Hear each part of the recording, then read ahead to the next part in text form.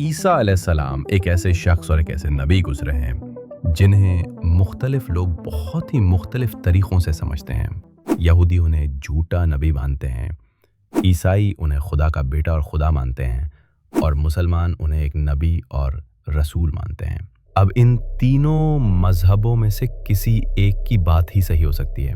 अगर आप किसी यहूदी से पूछें कि तुम उन्हें झूठा नबी क्यों मानते हो, तो उसका सीधा जवाब होगा तलमुद में लिखा है। इसी तरह अगर आप किसी ईसाई से पूछें कि तुम यशुआ को खुदा क्यों मानते हो, तो उसका जवाब होगा बाइबल। और अगर आप किसी मुसलमान से पूछें कि तुम ईसा अलैहिस्सलाम को नबी क्यों मानते हो, तो उसका जवाब होगा कुरान। ये तमाम जवाब मजहबी हैं जो ईमान की बुनियाद पर दिए जाते हैं। लेकिन अगर हम सिर्फ तारीख़ी नुक्ता नज़र से देखें कि यशुआ नामी इंसान जो फ़लस्तीन में 2000 साल पहले गुजरे, क्या उन्होंने कभी खुदा होने का दावा किया? उनके साथी उन्हें क्या समझते थे, खुदा या नबी? इस वीडियो में हम एक दिलचस्प तारीख़ी और मजहबी सफ़र पर निकलेंगे। ऐसा सफ़र जो हमें बताता है कि एक यहूदी नबी ईसा इब्न मरियम को वक्त के साथ कैसे खुदा माना जाने लगा। आगे बढ़ने से पहले मैं एक बात बताता चलूं कि इस वीडियो में हम एक शख्स के बारे में तारीख़ी तौर पर जानने की कोशिश करेंगे। तो याद रखिए कि माजी के किसी वाक़े की सच्चाई 100% तारीख़ी तौर पर नहीं जानी जा सकती। हिस्टोरियंस का काम ये होता है कि जो भी ज़राए मौजूद हों उन्हें इस्तेमाल करके सच्चाई के ज़्यादा से ज़्यादा करीब पहुंचा जाए। ईसा अलैहिस्सलाम भी एक इंसान थे जो 2000 साल पहले इस दुनिया में मौजूद थे, इसलिए हम उन्हें भी तारीख़ी तौर पर जानने की कोशिश करते हैं। जो कुछ भी मैं इस वीडियो में बताऊंगा वो मैं खुद से मनगढ़ंत बातें नहीं, बल्कि वो बातें होंगी जो बड़े बड़े बाइबल के स्कॉलर्स और हिस्टोरियंस खुद कहते हैं। बाइबल के स्कॉलर्स के मुताबिक ईसा अलैहिस्सलाम के बारे में जो सबसे पुराने तारीख़ी ज़राए मौजूद हैं वो है पॉल के ख़ुतूत, जो 50 से 58 ईस्वी के दरमियान लिखे गए थे। लेकिन पॉल के साथ सबसे बड़ा मसला ये है कि वो कभी ईसा अलैहिस्सलाम से ख़ुद नहीं मिला, और वैसे भी उसने उनकी ज़िंदगी के बारे में ज़्यादा कुछ नहीं लिखा। पॉल के ख़ुतूत के बाद जो सबसे क़दीम ज़राए हैं वो बाइबल में शामिल 4 इंजीलें हैं। इंजील मरकुस, इंजील मत्ती, इंजील लूका, इंजील यूहन्ना। इन चारों में सबसे पहले लिखी गई इंजील थी मरकुस, तकरीबन 65 ईस्वी के करीब। उसके बाद मत्ती और लूका तकरीबन 80 ईस्वी के आसपास, और सबसे आखिर में लिखी गई यूहन्ना की इंजील, जो तकरीबन 90 ईस्वी के करीब लिखी गई थी।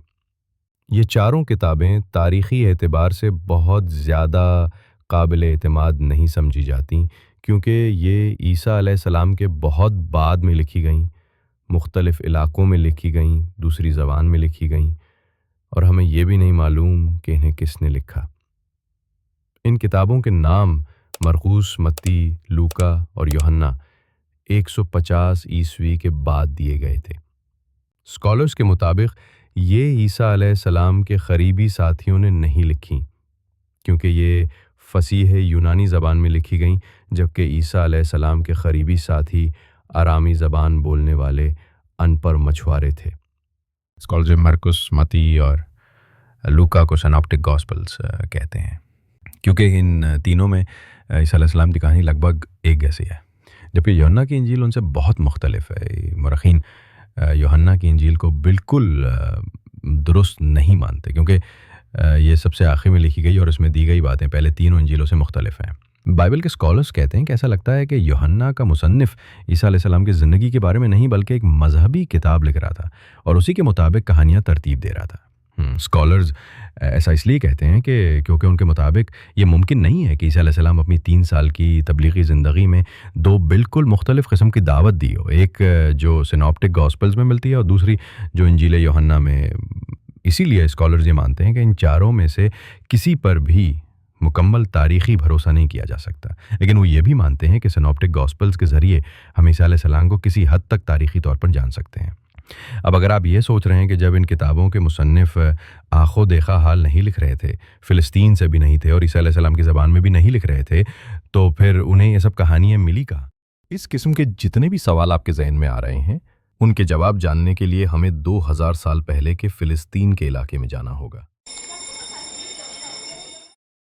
फ़िलिस्तीन का इलाका उस वक्त रोमी सल्तनत के कब्ज़े में था और वो इस इलाके के मुख्तलिफ हिस्सों को अपने मुंतखब करदा गवर्नरों या मकामी बादशाहों के ज़रिए कंट्रोल करती थी।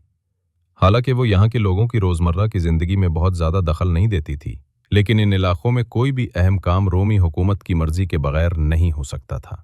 क्योंकि हम ईसा अलैहिस्सलाम की ज़िंदगी पर फोकस करेंगे, इसलिए हमें उस ज़माने के फ़िलिस्तीन के दो अहम इलाक़ों को जानना ज़रूरी है, गैलीली और यहूदिया। ईसा अलैहिस्सलाम गैलीली में पैदा हुए और वहीं परवरिश पाई। ये एक देहाती, ज़्यादातर यहूदियों का इलाका था, जो गुर्बत, सियासी बेचैनी और सकाफती तनाव से जाना जाता था। उस वक्त वहाँ हेरोदीस अंतिपास की हुकूमत थी, जो हेरोदीस आज़म का बेटा था और रोमी सल्तनत के तहत हुकूमत करता था। रोमी सल्तनत रोज़मर्रा के मामलात में ज़ाहिरी तौर पर दूर थी, लेकिन उसकी मौजूदगी हर वक्त महसूस होती थी, टैक्सों, फ़ौजी गश्त और दबाव की धमकियों के ज़रिए। दूसरी तरफ यहूदिया, जहाँ यरूशलम का मुक़द्दस शहर और यहूदियों का दूसरा हैकल वाक़े था, जो यहूदी मज़हबी ज़िंदगी का मरकज़ था।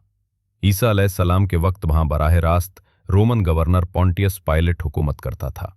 यरूशलम में रोज़मर्रा का ज़्यादातर नज़्म व नस्ब आला यहूदी काहिनों और अशराफिया के हाथ में होता था, लेकिन उसके बावजूद रोमी टैक्स जमा करने वाले रोमी सिपाही यहाँ भी मौजूद रहते थे। यहूदी अवाम, ख़ास तौर पर देहाती इलाक़ों में, सख्त मुश्किलात में ज़िंदगी गुजार रही थी। ज़्यादा टैक्स, ज़मीनों पर कब्ज़े और गैर मुल्की मुदाखिलत। लोग एक नजात दहिंदा, एक मसीहा की उम्मीद करते थे, जो खुदा की तरफ से आए और गैर मुल्की हुकूमत को ख़त्म करके इंसाफ और पाकीज़गी वापस ले आए। क्योंकि ईसा अलैहिस्सलाम को यहूदियों के पास नबी बनाकर भेजा गया था, इसलिए हमें उस वक्त के यहूदियों के अकीदों, फ़िरकों और उनकी मजहबी ज़िंदगी को भी थोड़ा बहुत जानना ज़रूरी है। उस वक्त के ज़्यादातर यहूदी एक खुदा को मानते थे, लेकिन कुछ ऐसे भी थे जो आसमान में दो खुदा का तसव्वुर रखते थे, जो 200 साल पहले मिस्र के शहर सिकंदरिया में रहने वाले यहूदियों से शुरू हुआ था, जिसके मुताबिक एक खुदा आसमान में जबकि दूसरा ज़मीन में इंसानों और फरिश्तों के रूप में आता है। लेकिन उस वक्त भी ज़्यादातर यहूदी तौहीद परस्त थे और एक ही खुदा को मानते थे, जिसे वो मुख्तलिफ नामों से पुकारते थे, जैसे एलोहिम, बाप, अलाहा वगैरह। हर यहूदी मर्द पर साल में 3 बार उनके त्योहारों पासोवर, शावोत और सुकोत के मौके पर यरूशलम में मौजूद उनके हैकल की ज़ियारत करना फ़र्ज था, जिसे ईसा अलैहिस्सलाम के कुछ साल बाद ही 70 ईस्वी में रोमी सल्तनत ने तबाह कर दिया। ये साफ तौर पर ईसा अलैहिस्सलाम पर ईमान न लाने की वजह से खुदा का उन पर अजाब था। और आज उस हैकल की सिर्फ एक ही दीवार बाकी बची है, जहां आज भी यहूदी इबादत के लिए जाते हैं। जो यहूदी दूर होने की वजह से या किसी और वजह से हैकल नहीं जा सकते थे, उन्हें भी अपने माल से कुछ न कुछ हैकल को देना होता था, जैसे पैसा, फसल या जानवर वगैरह। यहूदी सब्त यानी हफ्ते के दिन को कोई काम नहीं करते थे, जैसा कि तौरात में उन्हें हुक्म दिया गया था। उस वक्त के यहूदी कई फ़िरकों में बटे हुए थे और उनमें 3 सबसे मशहूर फ़िरके थे, एसीन्स, सैडासीज और फ़ैरिसीज। एसीन्स एक बहुत ज़्यादा मजहबी और रूहानी फ़िरका था जो लोगों से अलग थलग रहता था, क्योंकि इनका ख्याल था कि दुनिया गुनाहों से भर चुकी है। अलग थलग रहने की वजह से हमारे पास ईसा अलैहिस्सलाम के बारे में जो वाक़े मौजूद हैं, उनमें इनका कोई जिक्र नहीं मिलता। सड्डासीज आम तौर पर यहूदी अशराफिया और हैकल में रहने वाले बड़े बड़े रब्बियों का तबका था। ये ज़बानी रिवायात और क़यामत के अक़ीदे का इनकार करते थे। इनका हैकल से गहरा ताल्लुक़ था और ये रोमी हुक्मरानों से ताउन भी करते थे। इनका वाक़िया ईसा अलैहिस्सलाम की ज़िंदगी में थोड़ा बहुत मिलता है, ख़ास तौर पर आखिरी दिनों में। फ़ैरिसीज़ यहूदियों का सबसे बड़ा फ़िरका था और आम यहूदी अवाम में बहुत मकबूल था। ये तौरात पर सख्ती से अमल करने वाले और आखिरत पर ईमान रखने वाले थे, और ये ज़बानी रिवायात को भी मानते थे। ये तौरात पर सख्ती से अमल करते तो थे और लोगों को भी अमल करने को कहते थे, लेकिन असलियत ये थी कि ये तौरात की तशरीह अपने मतलब की करते थे। मिसाल के तौर पर यहूदियों को सब्त के दिन काम करना मना था, और यहूदियों के एक नबी यिर्मयाह ने یہودیوں کو سبت کے دن گھر سے باہر کوئی بوجھ اٹھانے سے منع کیا تھا، تو اس حکم کو توڑے بنا اور ایک دوسرے کے ساتھ مل کر کھانے کے لیے فیریسیز اپنے گھروں کو آپس میں جوڑ کر بناتے، جس میں اندر ہی اندر دروازہ ہوتا تھا جو ایک دوسرے کے گھروں میں کھلتا تھا۔ اس طرح وہ گھروں کے اندر ہی اندر کھانا اٹھا کر لے جاتے تھے تاکہ ساتھ بیٹھ کر کھانا کھا سکیں۔ ان کا عیسیٰ علیہ السلام کی زندگی میں سب سے زیادہ ذکر ہے، اور اسی کشمکش کے ماحول میں عیسیٰ علیہ السلام 4 سے 6 سال قبل مسیح میں گیلیلی میں پیدا ہوئے۔ ان کے بچپن کے بارے میں ہمارے پاس زیادہ واقعات موجود نہیں ہیں۔ ان کی زندگی کے واقعات جو ہم تک پہنچے ہیں وہ زیادہ تر ان کی تبلیغ سے متعلق ہیں۔ جب وہ تقریباً 30 سال کے ہوئے تو ان کی تبلیغ کھل کر عوام میں شروع ہوئی اور انہوں نے 12 لوگوں کو چنا جو ان کی اس کام میں مدد کر سکیں۔ پھر وہ اپنے ان 12 ساتھیوں کے ساتھ گیلیلی کے مختلف علاقوں میں گھوم گھوم کر لوگوں کو توحید کی دعوت دینے لگے۔ وہ عبادت خانوں میں جاتے، لوگوں کا علاج کرتے اور تورات کی صحیح تشریح بیان کرتے۔ آہستہ آہستہ وہ گیلیلی کی عام یہودی عوام میں مقبول ہونے لگے۔ جس جگہ بھی وہ جاتے، لوگ انہیں سننے اور اپنی بیماریوں سے شفا پانے کے لیے جمع ہو جاتے۔ وہ اکثر فیریسیز اور یہودی بزرگوں کو تورات کی غلط تشریح کرنے پر ٹوکتے اور ان کے نئے نئے رسم و رواجوں کو چھوڑنے کے لیے کہتے تھے۔ یہ سب دیکھ کر یہودی علماء ان سے حسد کرنے لگے کہ اس نوجوان کو کس نے اختیار دیا ہے کہ وہ مذہبی تعلیم دے۔ وہ طرح طرح کے سوالات کر کے عیسیٰ علیہ السلام کو پھنسانے کی کوشش کرتے، لیکن وہ ان کے سوالات کا حکمت سے جواب دے کر انہیں شرمندہ کر دیتے اور ان کے نفاق کو لوگوں کے سامنے ظاہر کرتے۔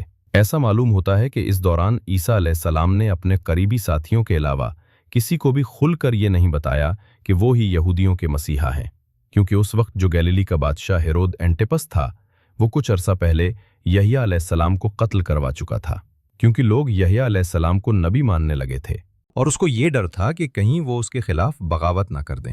اسی طرح عیسیٰ علیہ السلام تقریباً 3 سال تک گیلیلی میں عام لوگوں کے درمیان دعوت دیتے رہے۔ جب وہ تقریباً 33 سال کے تھے تو وہ یروشلم گئے ہوئے تھے، یہودیوں کے تہوار پاس اوور کے موقع پر، جو موسیٰ علیہ السلام کے ذریعے بنی اسرائیل کو فرعون سے نجات دلانے کی یاد میں 7 دنوں تک منایا جاتا ہے۔ وہ اس دوران بھی لوگوں کے بیچ تبلیغ کر رہے تھے، اور یہ بات ہیکل کے یہودی علماء، بزرگوں اور بڑے کاہنوں کو، جو زیادہ تر سیڈاسیز تھے، بہت ناگوار گزری، اور انہوں نے ان سے جان چھڑانے کی کوشش شروع کر دی۔ آخرکار یہ موقع انہیں مل ہی گیا۔ عیسیٰ علیہ السلام کے چنے ہوئے 12 قریبی ساتھیوں میں سے ایک ساتھی، جس کا نام یہودا تھا، اس نے انہیں دھوکہ دے دیا اور ان کی گرفتاری میں مدد دی۔ پھر عیسیٰ علیہ السلام کو یہودی علماء، بزرگوں اور ہیکل کے سب سے بڑے عالم کائفس کے سامنے پیش کیا گیا، جہاں ان سے مختلف سوالات کیے گئے۔ آخر میں یہودی عالموں نے سوال کیا کہ کیا تم مسیحا ہونے کا دعویٰ کرتے ہو؟ جس کا جواب عیسیٰ علیہ السلام نے ہاں میں دیا۔ یہ سنتے ہی انہوں نے اسے گستاخی قرار دیا اور سزائے موت کا فیصلہ کیا، لیکن کیونکہ عیسیٰ علیہ السلام کوئی عام آدمی نہیں تھے اور ان کے مرنے پر ان کے ماننے والوں کی طرف سے کوئی ایسا رد عمل آ سکتا تھا کہ بات رومی حکمرانوں تک پہنچ جاتے، اس لیے یہودی علماء خود انہیں قتل نہیں کر سکتے تھے۔ چنانچہ انہوں نے عیسیٰ علیہ السلام کو رومی گورنر پونٹیس پائلٹ کے سامنے پیش کیا اور کہا کہ یہ شخص یہودیوں کا بادشاہ ہونے کا دعویٰ کر رہا ہے۔ ایسا انہوں نے اس لیے کہا کیونکہ یہودیوں کی کتابوں کے مطابق ان کا مسیحا بادشاہ بنے گا اور حکومت کرے گا۔ وہ جانتے تھے کہ اگر کوئی مذہبی وجہ بتائی گئی تو رومیوں کو کوئی دلچسپی نہیں ہوگی اور وہ شاید عیسیٰ علیہ السلام کو چھوڑ بھی دیں، لیکن بنا رومیوں کے چنے کسی بھی رومی صوبے کا بادشاہ ہونے کا دعویٰ کرنا بغاوت تھی، جو رومی بالکل برداشت نہیں کرتے۔ چنانچہ پونٹیس پائلٹ نے بھی انہیں موت کی سزا سنا دی۔ اس کے بعد کی کہانی جو 4 انجیلوں میں موجود ہے، چاروں 4 طرح کی باتیں کرتی ہیں، اس لیے اس کے بعد کیا ہوا کہنا بہت مشکل ہے۔ چونکہ رومی لوگوں کو صلیب پر چڑھایا کرتے تھے، عیسیٰ علیہ السلام کو موت کی سزا سنائی گئی تھی اور اس کے بعد وہ نظر بھی نہیں آئے، تو ظاہر سی بات ہے کہ لوگ یہی مانیں گے کہ انہیں صلیب پر چڑھا دیا گیا۔ عیسیٰ علیہ السلام کے اس دنیا سے جانے کے بعد جو ان کے ماننے والے تھے، انہوں نے ان کی دعوت کے کام کو آگے بڑھایا۔ وہ لوگوں کو ان کی کہانیاں سناتے، وہ کیا کہتے تھے اور کیا کرتے تھے وہ بتاتے، ان کی اور یہودی علماء کے بیچ کیا انبن ہوئی اور پھر ان کی گرفتاری کیسے ہوئی اور کیوں ہوئی، وغیرہ وغیرہ، تاکہ وہ لوگوں کو آمادہ کر سکیں کہ وہ ایک سچے نبی اور سچے مسیحا تھے۔ ایسا نہیں تھا کہ یہ کہانیاں صرف عیسیٰ علیہ السلام کے چنے گئے قریبی ساتھی ہی سنا رہے تھے، बल्कि जो जो उनको मसीहा और नबी मानने लगता वो अपने घर वालों और अपने जानने वालों को भी बताता ताकि वे भी ईमान लाएं। और जब भी किसी इंसान या किसी वाक़ये की कहानी बिना किसी पाबंदी के एक इंसान से दूसरे इंसान और दूसरे से तीसरे तक इस तरह से आगे बढ़ती है तो एक वक्त ऐसा आता है कि आपको ये भी नहीं पता चलता कि ये कहानी कहाँ से शुरू हुई और कैसे फैली। कुछ लोगों को बड़ा चढ़ाकर बात करने की आदत होती है और कुछ मुनाफिकीन भी लोगों को गुमराह करने के लिए या अपने फ़ायदे के लिए सच में झूठ मिलाकर फैलाते हैं। जब तक हमें ये नहीं पता चलेगा कि किसने कहा, किससे कहा, वो कैसा इंसान था, क्या इस कहानी की शुरुआत ईसा अलैहिस्सलाम तक या उनके करीबी साथियों तक जाती है या नहीं, तब तक हम उस पर भरोसा नहीं कर सकते। क्योंकि ईसा अलैहिस्सलाम ने खुद भी गैर यहूदियों को दावत नहीं दी और अपने करीबी साथियों को भी गैर यहूदियों के बीच जाने से मना किया था। इसलिए उनके इस दुनिया से जाने के काफ़ी वक्त बाद भी उनके सारे मानने वाले यहूदी ही थे। फिर एक इंसान आता है जिसे लोग पॉल के नाम से जानते हैं और उसने ईसा अलैहिस्सलाम की दावत को बदल कर रख दिया। वो एक यहूदी था जो रोमी सल्तनत के लिए काम करता था और जहाँ तक हमें पता है वो खुद कभी भी ईसा अलैहिस्सलाम से नहीं मिला। वो उनके मानने वालों का दुश्मन था और उन पर बहुत जुल्म किया करता था। फिर एक दिन उसने कहा कि वो बदल गया है और इसकी वजह उसने ये बताई कि एक दिन दमिश्क के सहराई रास्ते पर जा रहा था तो उसे एक रूहानी आवाज़ सुनाई दी जो उसके मुताबिक ईसा अलैहिस्सलाम की थी और उसके बाद उसने अपनी ज़िंदगी को उस पैगाम को फैलाने में लगा दिया जो उसके मुताबिक उसे ईसा अलैहिस्सलाम से मिला था। उसका दावा तो था कि ईसा अलैहिस्सलाम ने उसे पैगाम दिया है, लेकिन बाइबल में पॉल की दावत ईसा अलैहिस्सलाम के बिल्कुल बरक्स है। ईसा अलैहिस्सलाम ने कहा था कि उन्हें सिर्फ यहूदियों के पास नबी बनाकर भेजा गया है और वे अपने शागिर्दों को भी गैर यहूदियों के बीच दावत देने से मना करते थे, जबकि पॉल कहता था कि ईसा अलैहिस्सलाम ने उसे गैर यहूदियों को दावत देने के लिए भेजा है। ईसा अलैहिस्सलाम खुद भी मूसा अलैहिस्सलाम की शरीयत पर अमल करते और दूसरों को भी अमल करने की तरगीब देते थे, जबकि पॉल कहता था कि मूसा अलैहिस्सलाम की शरीयत पर अमल करना बेकार है। ईसा अलैहिस्सलाम के मुताबिक जन्नत पाने के लिए ईमान के साथ साथ नेक अमल करना ज़रूरी है, जबकि पॉल के मुताबिक सिर्फ ये मान लेना कि ईसा अलैहिस्सलाम हमारे गुनाहों के लिए सलीब पर चढ़ गए काफ़ी है। ईसा अलैहिस्सलाम के भाई जेम्स को जब पॉल की ये सब बातें पता चलीं तो उन्होंने उसे यरूशलेम बुलाया और उससे पूछा कि उसके बारे में जो बातें पता चली हैं वो सही हैं या गलत, और कहा कि अगर ये बातें झूठी हैं तो तुम कल लोगों के सामने सफाई की रस्म अदा करो। अगले दिन पॉल ने यहूदियों की सफाई की रस्म में हिस्सा लिया और अपने बाल मुंडवाए। इससे ये बात तो साबित हो गई कि पॉल दो तरीक़े की बातें करता था, एक जब वो ईसा अलैहिस्सलाम के करीबी साथियों के बीच में होता और दूसरी जब वो गैर यहूदियों को दावत देता था। पॉल अपने खुतूत में ईसा अलैहिस्सलाम को खुदा का बेटा, मौला, मालिक वगैरह कहता था। अब पॉल का मकसद और मतलब जो भी रहा हो, लेकिन रोमी सल्तनत में रहने वाले गैर यहूदी पहले से ही बहुत से खुदाओं को मानते थे और उनके खुदाओं के बच्चे भी होते थे। वे अक्सर अपने बादशाहों को भी खुदा का बेटा मान लेते थे। ईसा अलैहिस्सलाम की पैदाइश के वक्त भी जो रोमी बादशाह कैसर ऑगस्टस था वो भी खुद को खुदा का बेटा कहता था, इसलिए उनका ईसा अलैहिस्सलाम को खुदा का बेटा मान लेना कोई हैरानी वाली बात नहीं लगती। इस तरह ईसा अलैहिस्सलाम के मानने वालों की दो जमातें हो गईं, एक उन पर ईमान लाने वाले यहूदियों की जमात जो बहुत कम थी और दूसरी उन पर ईमान लाने वाले गैर यहूदियों की जमात। और इसी तरह ईसा अलैहिस्सलाम के बारे में कहानियां आगे बढ़ती रहीं। आखिरकार उनके मानने वालों ने उनके बारे में लिखना शुरू कर दिया, क्योंकि गैर यहूदी ईसाइयों का पॉल की वजह से पहले ही उनके बारे में एक नज़रिया बन चुका था। इसलिए उन्हें जितनी भी उनके बारे में बातें पता चलती वे उस वाक़े को अपने अकीदे के अंदर फिट करके लिखते। और इन्हीं में से एक किताब जो 65 से 70 ईस्वी के बीच में लिखी गई हमारे पास मौजूद है, जिसे मरकुस की इंजील कहते हैं। जब ये सब किताबें लिखी जा रही थीं, उसी दौरान सियासी तौर पर भी बहुत सी तब्दीलियां आईं। यहूदी आलिमों के कहने पर ईसा अलैहिस्सलाम के बहुत से करीबी साथियों को मार दिया गया। और सबसे बड़ी सियासी तब्दीली 66 ईस्वी में आई, जब यहूदियों ने रोमी सल्तनत के खिलाफ बगावत कर दी। यहूदी इनकलाबी शुरू में यरूशलेम पर काबू पाने में कामयाब हुए, लेकिन 70 ईस्वी तक रोमी फौजों ने दोबारा यरूशलेम पर कब्जा करके यहूदियों के हैकल को तबाह कर दिया। इस जंग में बहुत से यहूदी मारे गए और बाकी सब फिलिस्तीन का इलाका छोड़कर भाग गए, जिसमें जाहिर सी बात है यहूदी ईसाई भी शामिल थे, जो पहले ही कम थे। इस जंग के बाद اور بھی कम हो गए। वक्त के साथ साथ यहूदी ईसाइयत ख़त्म हो गई और आज हमारे पास उनका लिखा हुआ कुछ भी मौजूद नहीं है। गैर यहूदी ईसाइयों के बीच किताबें लिखने का सिलसिला जारी रहा। बाद के मुसन्निफ पुरानी किताबों की नकल करके अपनी किताबें लिखते। स्कॉलर्स ने हमें समझाने के लिए ये डायग्राम बनाया है।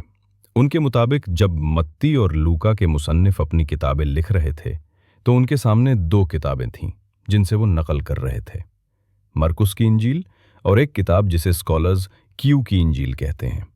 अगर आप मरकुस की इंजील, मत्ती की इंजील और लूका की इंजील को एक दूसरे के सामने रखकर एक ही वाक्य को पढ़ेंगे तो एक बात साफ हो जाएगी कि जैसे जैसे इंजीलें लिखी गईं वैसे वैसे ईसा अलैहिस्सलाम का चेहरा एक नबी से धीरे धीरे एक नबी से ज़्यादा का बनने लगा, क्योंकि ये लोग सिर्फ पुरानी किताबों को नकल नहीं कर रहे थे बल्कि उन्हें बदल भी रहे थे। मैं आपको एक मिसाल देता हूँ। मरकुस की इंजील के मुताबिक एक आदमी ईसा अलैहिस्सलाम के पास आता है और उनसे सवाल करता है, अच्छे उस्ताद, मुझे क्या करना चाहिए कि मुझे जन्नत मिल जाए? वो उसके जवाब में कहते हैं, तुम मुझे अच्छा क्यों कहते हो? सिर्फ एक ही अच्छा है, वो है खुदा। इस वाक़े से ये लगता है कि ईसा अलैहिस्सलाम साफ साफ खुदा होने से इनकार कर रहे हैं। इसलिए मत्ती की इंजील लिखने वाले ने इस वाक़े को थोड़ा बदल दिया और उसने तुम मुझे अच्छा क्यों कहते हो की जगह तुम मुझसे अच्छा क्या है क्यों पूछते हो लिखा है। ऐसी और बहुत सी मिसालें दी जा सकती हैं, लेकिन वो एक अलग वीडियो हो जाएगी। पहली सदी के आखिर में किसी ने एक और किताब लिखी जिसे यूहन्ना की इंजील कहते हैं, और ये पहली तीनों से बहुत मुख्तलिफ है।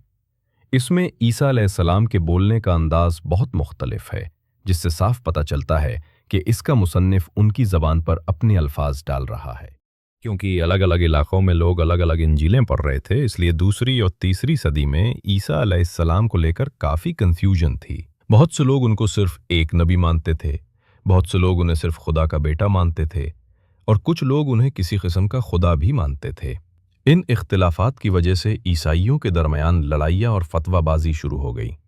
321 ईस्वी में रोमी बादशाह कॉन्स्टेंटाइन ईसाई बन गया और उसने 324 ईस्वी में ईसाइयत को रोमी सल्तनत का मजहब बनाया। लेकिन ये आसान नहीं था, क्योंकि अभी भी ईसाइयों के बड़े बड़े उलेमा के दरमियान ईसा अलैहिस्सलाम क्या थे और बहुत सी दूसरी बातों पर इख्तिलाफ था, और अभी भी रोमी सल्तनत के ज़्यादातर लोग ईसाई नहीं थे। उसने इन दोनों मसलों को हल करने का सोचा। उसके लिए सबसे पहले उसने 325 ईस्वी में पूरी रोमी सल्तनत से 300 बड़े बड़े ईसाई उलमा को बुलाया। उनके आने जाने, खाने पीने से लेकर हर चीज़ का खर्च शाही ख़जाने से अदा किया। इस बैठक का मकसद था कि हमेशा के लिए इस बहस को ख़त्म कर दिया जाए कि ईसा अलैहिस्सलाम क्या थे, और ये काम इन सारे उलमा की वोटिंग के ज़रिए करना था। इस बैठक को फर्स्ट काउंसिल ऑफ नाइसिया कहा जाता है। हिस्टोरियंस का कहना है कि इस काउंसिल में सबसे ज़्यादा कुफर पर मबनी तजवीज़ खुद कॉन्स्टेंटाइन ने पेश की, जिसे होमोउसियस कहा जाता है, जिसका मतलब है कि ऊपर वाला खुदा और ईसा अलैहिस्सलाम दोनों बराबर हैं और उनमें कोई भी फ़र्क नहीं है। और जाहिर सी बात है कि किसकी हिम्मत थी जो बादशाह के खिलाफ जाता। फिर ये कुफराना अकीदा लोगों पर ज़बरदस्ती थोपा गया। इसलिए हम ये कह सकते हैं कि ज़्यादातर ईसाइयों ने ईसा अलैहिस्सलाम को खुदा इस काउंसिल के बाद से मानना शुरू किया। और वैसे भी ज़्यादातर लोग ईसाई ये सब होने के बाद बने थे, तो उनको कैसे पता चलता कि इससे पहले क्या हुआ? ये सब बातें आम लोगों के सामने पिछले 100 सालों में आई है, और आज भी ज़्यादातर ईसाई इन सब बातों से वाकिफ़ नहीं हैं। कॉन्स्टेंटाइन ने और भी बहुत सारी चीज़ें मिलाईं, जैसे क्रिसमस, सैटरडे के बजाय संडे को चर्च जाना, वगैरह वगैरह। बात वहीं पर ख़त्म नहीं हुई, क्योंकि अभी भी जो ईसाई इंजील पढ़ते उनको साफ दिखाई दे जाता कि इंजील में कई जगह ईसा अलैहिस्सलाम खुदा होने का इनकार कर रहे हैं। वो कभी दुआ मांग रहे हैं, कभी सजदा कर रहे हैं, बहुत सी चीज़ें उनके इल्म में नहीं हैं, वगैरह वगैरह। मैं इसकी आपको एक मिसाल देता हूँ। मरकुस की इंजील और लूका की इंजील दोनों में एक वाक़या मिलता है। वो इस तरह है कि एक बार ईसा अलैहिस्सलाम को ज़ोर से भूख लगती है और उनको एक इंजीर का दरख्त दिखाई देता है, लेकिन जब वहाँ जाते हैं तो उन्हें सिर्फ पत्तियाँ मिलती हैं, क्योंकि फल का मौसम नहीं था। अब कोई भी इंसान जब ये वाक़या पढ़ेगा तो उसके दिमाग में ये सवाल ज़रूर आएगा कि ईसा अलैहिस्सलाम खुदा कैसे हो सकते हैं, जबकि उन्हें तो ये भी नहीं पता कि इंजीर के फल का मौसम है या नहीं। اس لیے پڑھے لکھے عیسائیوں کے بیچ میں ایک اور بحث ہونے لگی کہ اس کا جواب کیسے دیا جائے، اور اس کے لیے 451 عیسوی میں ایک اور عیسائی علماء کی میٹنگ بلائی گئی جسے دی کاؤنسل آف ٹچلسیڈون کہا جاتا ہے، اور اس میں یہ طے کیا کہ عیسیٰ علیہ السلام کی ایک شخصیت تھی جس کے اندر 2 فطرتیں پائی جاتی تھیں، خدائی اور انسانی۔ اب اس کے بعد جب بھی کسی عیسائی کو بائبل میں دکھایا جائے کہ عیسیٰ علیہ السلام اس لیے خدا نہیں ہو سکتے تو وہ کہے گا کہ وہ انسانی فطرت تھی۔ مجھے پتا ہے کہ میں بہت سی باتیں نہیں کر پایا ہوں، کیونکہ میرا مقصد صرف یہ بتانا تھا کہ کیسے وقت کے ساتھ دھیرے دھیرے ایک نبی کو لوگوں نے خدا بنا لیا۔ اگر آپ کو اس طرح کی اور بھی معلومات والی ویڈیو دیکھنی ہے اور آپ چاہتے ہیں کہ اور لوگوں تک یہ معلومات پہنچے تو اس ویڈیو کو لائک کریں اور چینل کو سبسکرائب کریں۔